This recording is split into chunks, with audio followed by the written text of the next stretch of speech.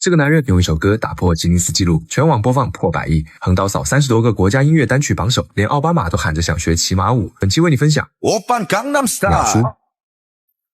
1977年，朴宰相生于首尔城东区沙津洞，顶着半导体大亨之孙、上市企业少东家的光环，放着亿万家产不继承，偏要在韩流圈当重量级叛逆。先冲去波士顿大学念企业管理，念到一半魂被嘻哈勾走，转学伯克利音乐学院死磕创作，结果2所名校都没毕业，把家族寄予的商业奇才厚望活成了不务正业的笑柄。2001年以艺名 Psy 出道，首张专辑就因歌词太叛逆，遭电视台全面禁播。在俊男靓女扎堆的韩流圈，微胖身材的他像个格格不入的异类。后续5年发片全扑街，赚的钱连房租都不够付。2005年服兵役，还因兼职演艺工作被判定服役不合格。2007年被迫重新入伍，在军营里受尽非议。退伍后只能穿滑稽玩偶服跑小酒馆驻唱，被经纪公司嘲讽除了搞笑一无是处。谁能想到这个被命运按在地上摩擦的男人，2012年7月带着江南 Style 横空出世，原本只是想借金融危机后的低迷氛围携手解压神曲，没成想魔性旋律搭配从动物园看马甩头找灵感的骑马舞，直接炸穿全球服务器。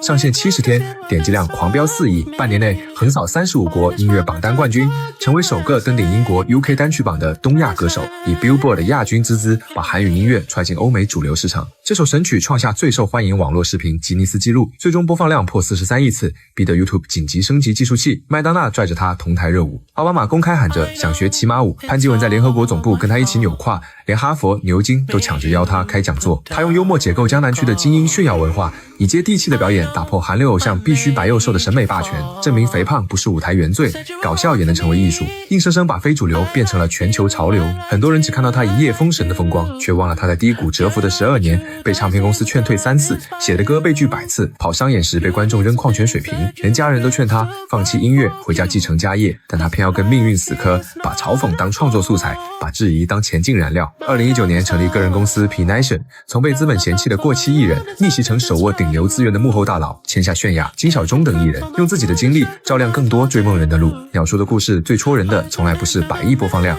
而是他用12年证明人生没有绝境，所谓一手烂牌不过是没被激活的潜力，所谓异类不过是没被发现的独特。他告诉我们不必活成别人期待的样子，不必为了迎合市场丢掉本心，把热爱熬成信仰，把短板变成特色。终有一天你会发现，那些曾经让你格格不入的特质，恰恰是你封神的王牌。